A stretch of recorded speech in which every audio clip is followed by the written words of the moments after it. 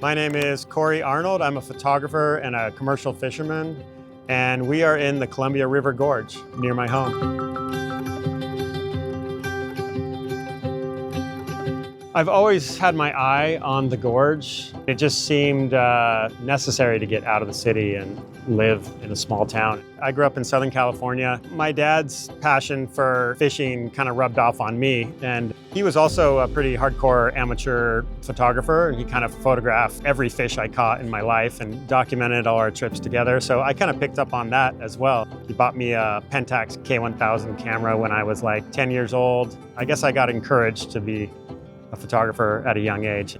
Commercial fishing in Alaska became a summer job for me while I went to art school in San Francisco. Around 2003, I ended up getting a job on a Bering Sea boat. I started documenting my life while I was fishing, and we're talking like some of the roughest waters in the world. It was just really intense, one of the hardest jobs you can possibly do. Seawater in the air, you're getting thrown all over the place. You know, the minute you lift your camera up, a wave comes or just mist in the air.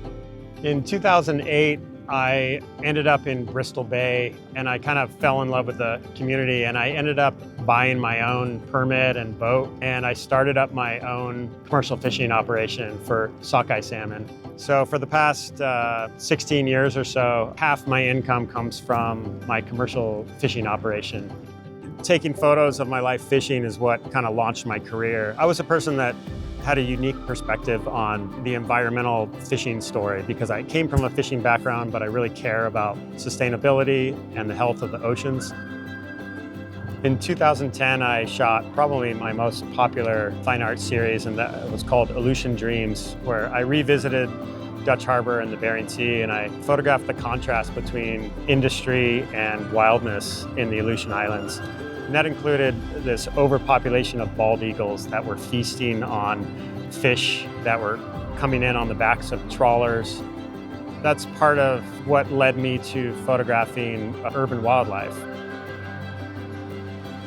I think I've always been interested in human-environment conflicts, human-animal conflicts, and their relationships with each other.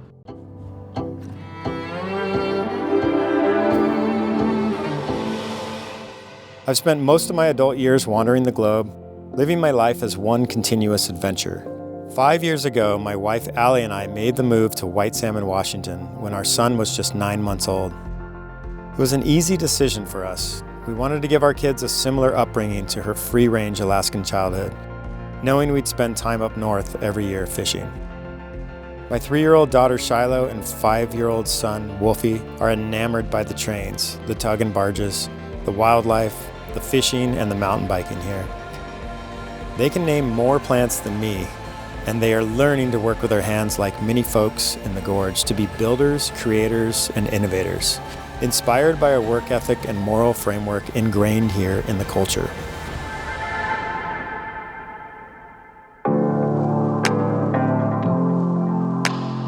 To do a project closer to home, I really want to focus on documenting the gorge from the perspective of the river, photographing the contrast between wild nature and the industry of the Columbia River. Imagine a small community built upon the cliffs of a mighty river gorge.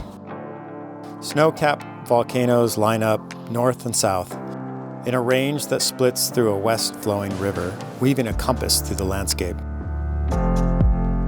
This is a place of extreme beauty, variety, and abundance.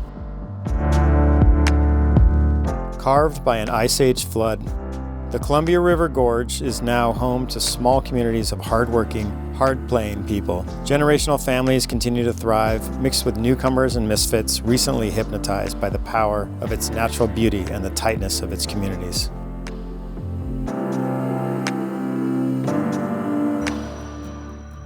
What I love the most about the gorge is the isolation from the big city. There's a small town charm here. The place is not getting overrun with big box stores and things like that. It's still thriving, yet not overdeveloped. I like that melting pot here. We're not stuck in a little bubble. We're all mixing together and everyone gets along and respects each other. The gorge attracts a lot of different types of characters, but the biggest draw is nature. It's a playground for anyone that loves the outdoors. We can drive just a little ways and go mountain biking on rocky, open terrain, or we can go and check out the incredible waterfalls to the west. We're also right in line with the Cascade Range, which is Mount Hood and Mount Adams.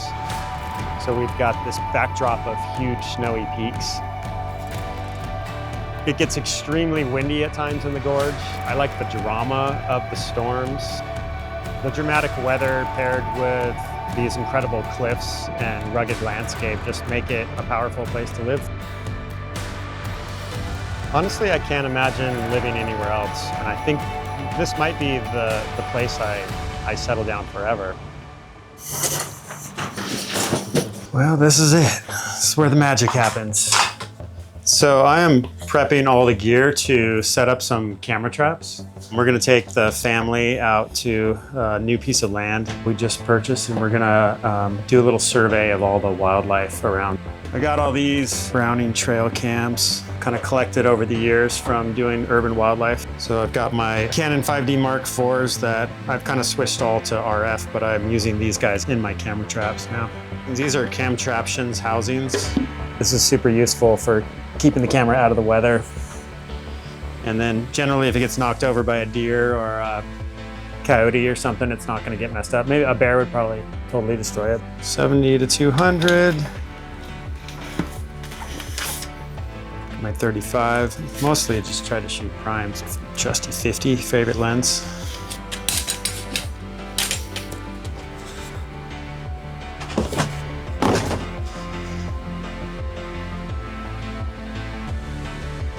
What are you doing? Just having a picnic. Nice. Just feeling the land. Feeling it? Yeah. Communing with it, with a little camp, you know? What's our cable situation? I haven't even seen what the lock looks like. So we just stumbled across this amazing bare piece of land, and it's always been a dream of ours to own some raw land where we can build a little cabin and let these guys get to know the forest and do a lot of camera trapping and have their little friends come and camp and stuff. We got the land, and it didn't come with a key to the lock for this little gate, and so we're gonna grind it off. This is the first time we've been here.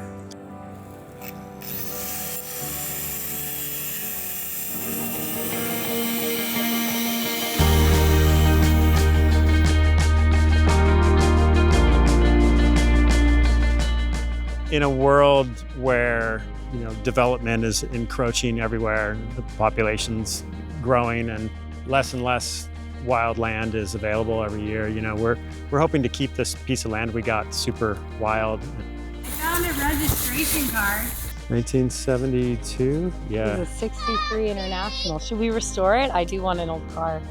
I think it's been there since 1973. Yeah, well, it's expired in 73, so at least that long. Crap, that's crazy.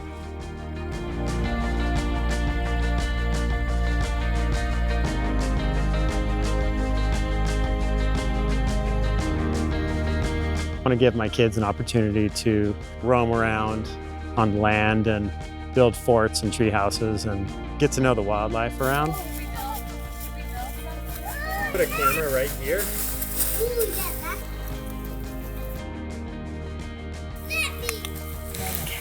I didn't do a good job. What are we gonna do?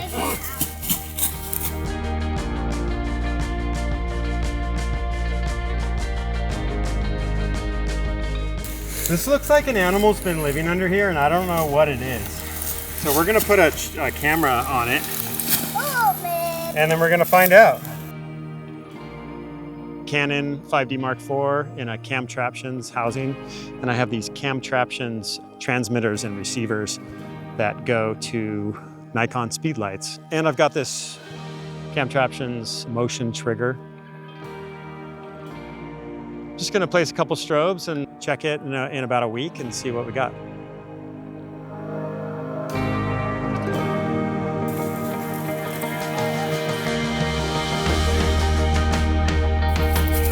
So you felt that little rhythm? Yeah. Exactly. No, look at that. It's your first And you said. You want to go show Papa? Well, I have solid cardboard. Oh, you have solid cardboard. It's your first wood.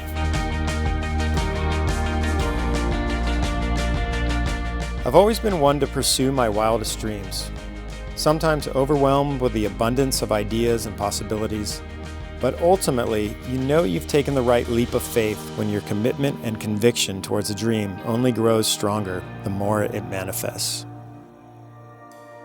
My home will always be where my family is, and the Columbia River Gorge is our foundation to this life we're building.